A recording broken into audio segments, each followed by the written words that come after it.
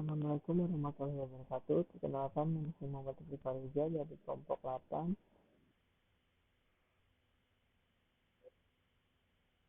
dan teman saya bernama Al-Azhar. Kami di sini akan mempresentasikan tentang pengantar perpajakan. Perpajakan pajak adalah satu kewajiban bagi warga negara yang sudah bekerja dan memiliki NPWP atau NPWP yang digunakan untuk keperluan negara yang didasari oleh undang-undang, dan pajak ini bersifat wajib. Pengertian fungsi SPT, SKP, dan SPT. Yang SPT itu adalah surat pelaporan terhitung ganda pembayaran pajak berutang, yang fungsinya untuk pelaporan dan pertanggungjawaban perhitungan pajak berutang, pembayaran sendiri dan dari pemotong. SKP adalah surat keterangan berupa SKPKB, SKP KBT, SKPLB, SKPM. Fungsinya untuk alat korelasi, sarana mengenakan sanksi, dan alat penagihan pajak. Dan ada SPT, yaitu surat untuk menagih pajak dan sanksi administrasi. Fungsinya alat korelasi pajak utang, sarana mengenakan sanksi, dan alat penagih pajak. Selanjutnya ada pengertian fungsi dan cara mendapatkan NPWP dan NPWP. NPWP adalah nomor pokok wajib pajak yang berguna sebagai identitas wajib pajak. Fungsinya yaitu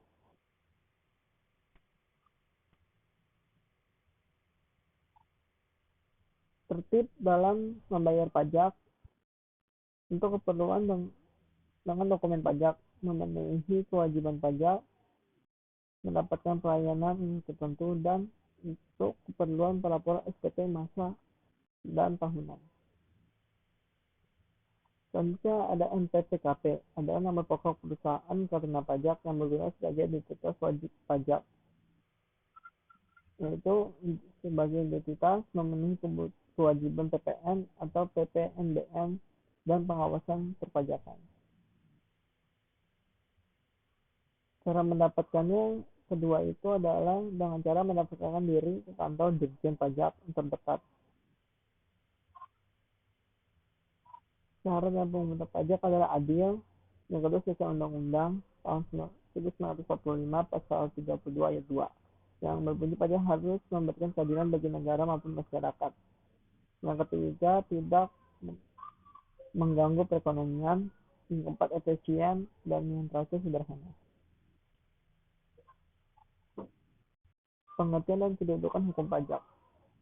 Pemungutan pajak di Indonesia diatur dalam pasal 23 ayat 2 Undang-Undang Dasar 1945. Hukum pajak adalah bagian dari hukum publik. Hukum publik adalah hukum tata negara, hukum pidana, hukum administrasi. Hukum pajak adalah bagian dari hukum administrasi. Hukum pajak ada dua macam, yaitu hukum pajak material, undang-undang pajak penghasilan, dan yang kedua hukum pajak formil, ketentuan umum dan tata cara perpajakan. Teori yang mendukung pemungutan pajak adalah satu, teori asuransi, teori kepentingan, teori daya pikul, yaitu ada unsur objektif besaran penghasilan dan subjektif besaran pengeluaran. Yang keempat ada teori bakti. Yang kelima ada teori asas daya beli.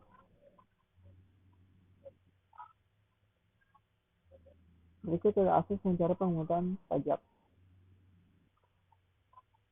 yang dibagi dengan golongan, sifat, dan lembaga pemungutannya. Lembaga golongan itu termasuk pajak langsung, pajak tidak langsung. Sifat itu berdasarkan pajak subjektif dan pajak objektif. Lembaganya itu ada pajak pusat dan pajak daerah. Cara yang dilakukan untuk pemungutan pajak adalah yang pertama ada sesial nyata real, ada pemungutan di akhir tahun. Yang kedua sesial anggapan atau fiktif, ada pemungutan di awal tahun dengan besar nilai pajak tahun sebelumnya. Dan yang ketiga, setelah campuran, yaitu pemungutan di awal tahun dan disesuaikan kembali di akhir tahun. Sekian dari saya. Selanjutnya akan dibacakan oleh Al-Azhar. Terima kasih. Oke, baik, saya akan melanjutkan presentasi dari saudara Ricky. Selanjutnya yaitu kewajiban pembukuan. Kewajiban pembukuan ini yang pertama adalah etikat baik. Yang kedua, mencerminkan keadaan dan kegiatan usaha sebenarnya. Yang ketiga, taat asas, pengakuan penghasilan dan biaya dengan stelsel akrual atau kas. Dan yang keempat, syarat-syaratnya yaitu dilakukan di Indonesia, menggunakan huruf Latin atau angka Arab, menggunakan satuan rupiah atau mata uang lain yang diizinkan Menteri Keuangan, menggunakan bahasa Indonesia atau bahasa lain yang diizinkan Menteri Keuangan. Selanjutnya adalah sistem pemungutan pajak. Sistem pemungutan pajak ini ada 3, yaitu Official Assessment System, yaitu sistem pemungutan oleh pemerintah. Yang kedua yaitu Self-Assessment System, yaitu sistem pemungutan oleh wajib pajak sendiri. Dan yang ketiga yaitu Withholding System, yaitu sistem pemungutan oleh pihak ketiga. Selanjutnya adalah tarif pajak. Tarif pajak ini terdiri dari 4 tarif. Yang pertama yaitu tarif sebanding atau proporsional, yaitu PPN tarifnya sama dengan 10%. Tarif tetap ini adalah tarif bea materai. Tarif progresif ini semakin besar apabila jumlah yang dikenai pajak semakin besar pula. Misalnya, pasal 17 Undang-Undang PPh tahun 2000, penghasilan bruto besar dari 25 juta sampai dengan 50 juta tarifnya 5%. Penghasilan bruto 50 juta sampai dengan 100 juta tarifnya 10%. Penghasilan bruto besar dari 100 juta sampai 200 juta tarifnya 15%. Dan penghasilan bruto yang besar dari 200 juta tarifnya 30%. Dan tarif degresif ini semakin kecil apabila jumlah yang dikenakan pajak semakin besar. Selanjutnya yaitu timbul dan hapusnya utang pajak. Timbulnya utang pajak ada 2. Yang pertama, ajaran formil. Timbulnya utang pajak karena dikeluarkannya surat ketetapan pajak atau Official Assessment System. Dan ajaran material. Ajaran material ini timbulnya utang pajak karena undang-undang atau Self-Assessment System. Hapusnya utang pajak disebabkan oleh yang pertama pembayaran, yang kedua kompensasi, yang ketiga kadaluarsa, dan yang keempat atau pembebasan atau penghapusan. Pemeriksaan dan penyidikan pajak. Yang pertama ya ada definisinya, yaitu kegiatan mencari, mengumpulkan, mengolah data dalam rangka pengawasan. Yang kedua yaitu tujuan.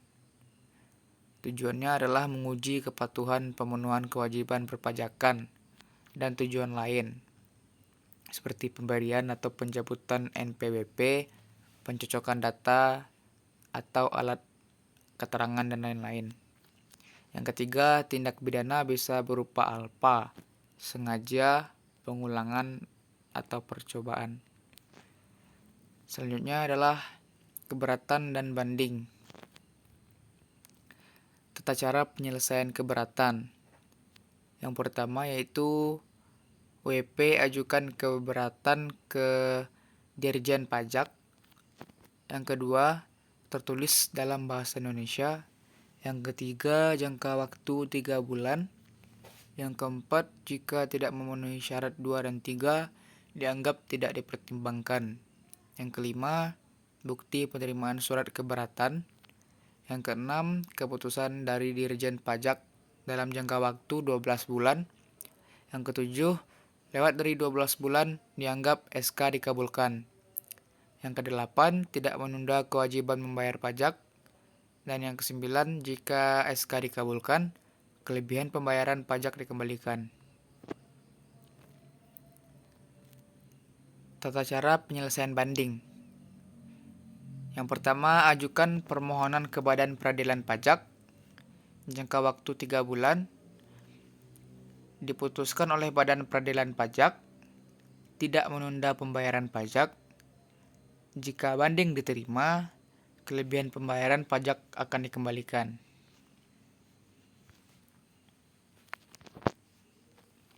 Selanjutnya yaitu penagihan pajak. Dasar penagihan yaitu STP, SKPKB, SKPKBT, surat keputusan pembetulan, surat keputusan keberatan, dan putusan banding. Yang kedua, jenis penagihan. Yang pertama, penagihan seketika dan penagihan sekaligus. Yang ketiga, itu negara mempunyai hak mendahului untuk menagih pajak, yaitu pokok pajak, bunga, denda ADM, kenaikan, dan biaya penagihan.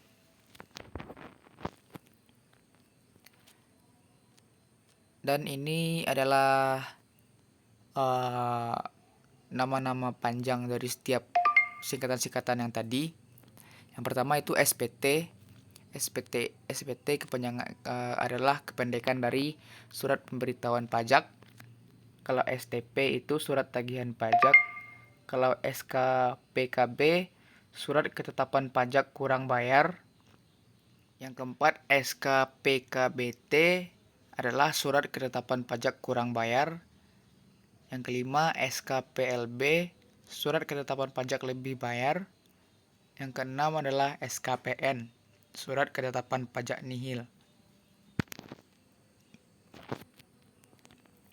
Selanjutnya adalah sanksi jika telat dan tidak membayar perpajakan. Yang pertama adalah dikenakan bunga, yang kedua kenaikan, yang ketiga dikenakan denda, yang terakhir sanksi pidana. Oke, baiklah. Mungkin sekian presentasi dari kami kelompok 8. Lebih dan kurangnya mohon dimaafkan. Kami akhiri dengan wabillahi taufiq wal hidayah. Assalamualaikum warahmatullahi wabarakatuh.